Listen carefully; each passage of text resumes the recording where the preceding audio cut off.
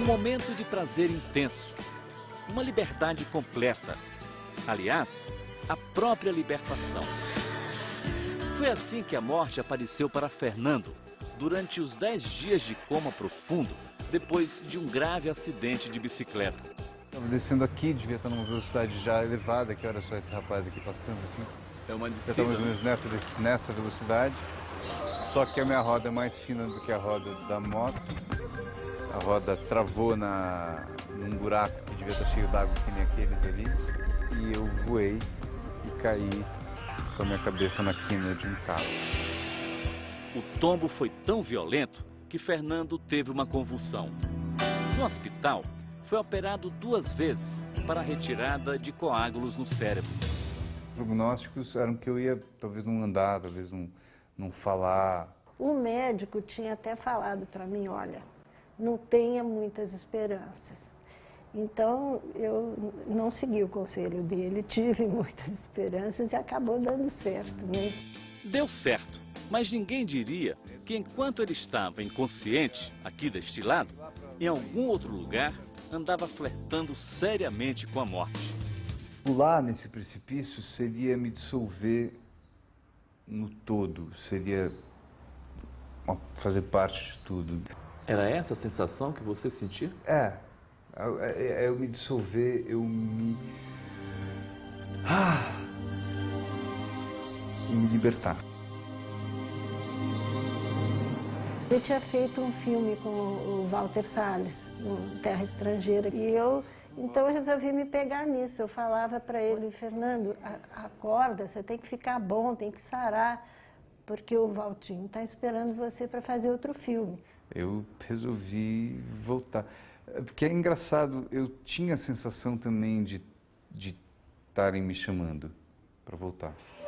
15 anos depois, o estudante de clarineta virou músico profissional. É que logo depois do acidente, era mais fácil para o cérebro do ator ler partituras do que decorar longos roteiros. Até a recuperação total, foram 2 anos de muito esforço. Mas ele não desperdiçou a chance e permitiu o nascimento de um novo Fernando. Eu não sou essa carne, eu sou fora disso aqui, eu sou além disso aqui. Então o cérebro é hipervalorizado, né? O cérebro é legal, é uma ferramenta ótima, mas o corpo inteiro é uma ferramenta ótima. E a nossa consciência é além, isso aqui é só uma ferramenta. Nossa consciência é muito mais, não cabe aqui só. O que hoje parece uma história de pura ficção, poderá ser reconhecida pela ciência como verdade? Da neurociência à física quântica. A cada pesquisa, os cientistas encontram uma resposta e centenas de novas perguntas. As EQMs, por exemplo, começaram a ser estudadas há 150 anos. Mas nunca, como nas últimas décadas, se investigou tanto e tão profundamente o assunto. 28 anos atrás, o pediatra Melvin Morse conseguiu salvar a vida de uma menina que quase se afogou. A experiência mudou tudo que ele aprendeu na escola de medicina sobre o fim da vida. She was nearly drowned in a community swimming pool. A criança que se acidentou em uma piscina comunitária ficou 18 minutos sem batimentos cardíacos. E todo o processo de salvamento durou 4 horas. Um mês depois, médico e paciente se reencontraram. E ela imediatamente o reconheceu. I don't like him. He put a tube in my nose. Eu não gosto dele, disse a menina. Ele colocou um tubo no meu nariz. Eu vi o senhor indo até o telefone para chamar alguém. E o senhor perguntou, o que eu devo fazer agora? O senhor me colocou em uma grande máquina que parecia um círculo, numa clara referência ao tomógrafo. E ela disse também com muita segurança, eu não estava morta, eu estava viva. A partir deste episódio, o médico pesquisou experiências de quase morte ao longo de 15 anos. Aprendeu, por exemplo, que nem todas as pessoas socorridas numa emergência passam pela mesma experiência. As EQMs são relatadas principalmente pelos pacientes que tinham uma chance mínima de sobrevivência. Talvez isso tenha a ver com a possibilidade de uma vida em um nível superior. Mas, de qualquer forma, Essa consciência fora do corpo físico é um evento totalmente subjetivo, algo que a ciência não pode explicar, diz o Dr. Morse, voltando ao exemplo da menina ressuscitada. O desenho que ela fez para ilustrar o que aconteceu tem o céu representado por um campo florido, onde alguém, que ela imaginou ser Jesus, disse a ela para voltar porque a sua família precisava de ajuda. A menina também explicou ao médico que viu a mãe segurando um bebê no colo. Era o seu irmãozinho, que foi desenhado com um enorme coração e que depois, coincidência ou não, nasceu com um problema cardíaco congênito. O que acontece com a mente no estágio da morte? O que é possível estudar sobre isso? O americano Sam Parnia, outro médico intensivista, também se especializou em EQMs.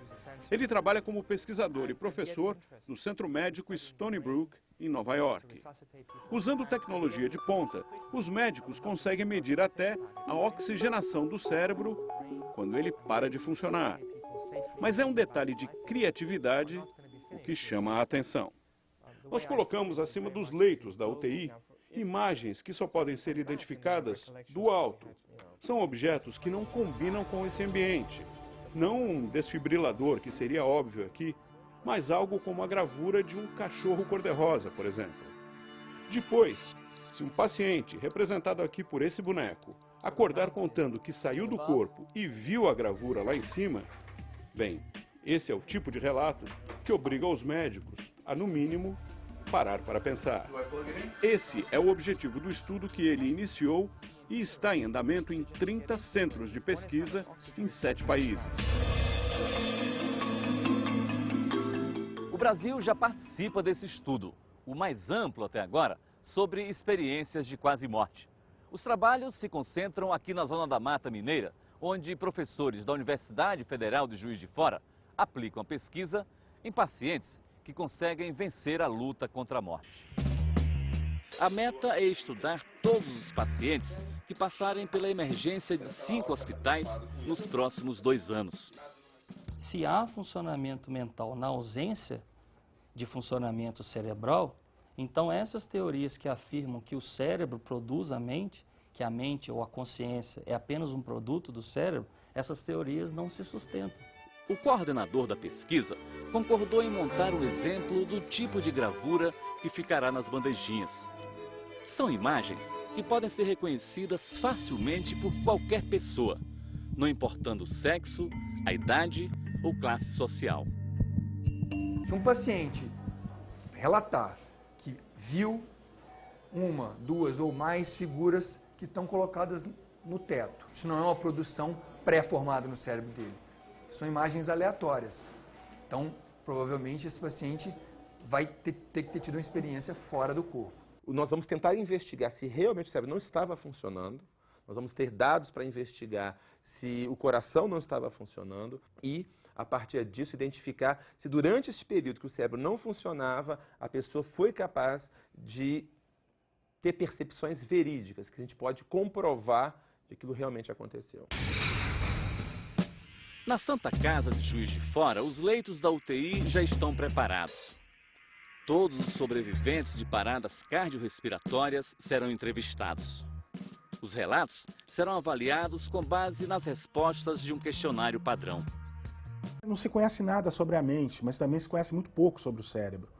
E essa pesquisa, de uma certa maneira, vai ajudar, inclusive, a evoluir o conhecimento sobre o próprio cérebro.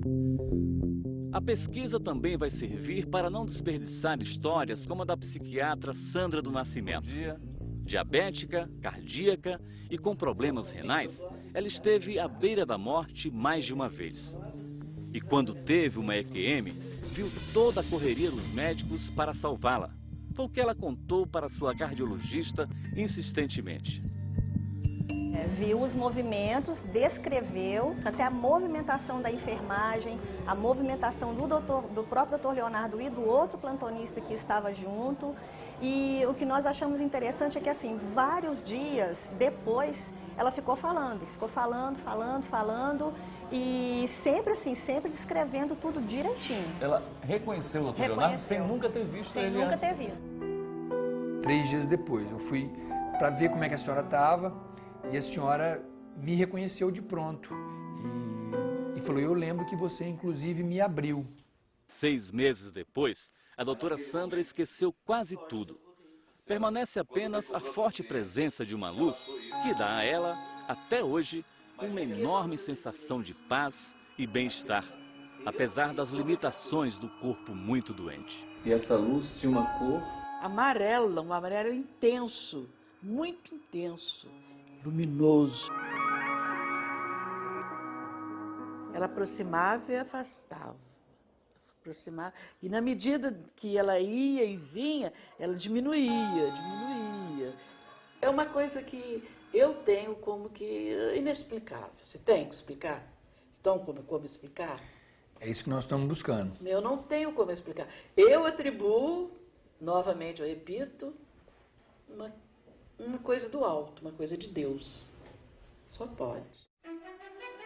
O executivo que atravessou o túnel e assistiu, como num filme, os grandes momentos da sua vida. Veja a seguir.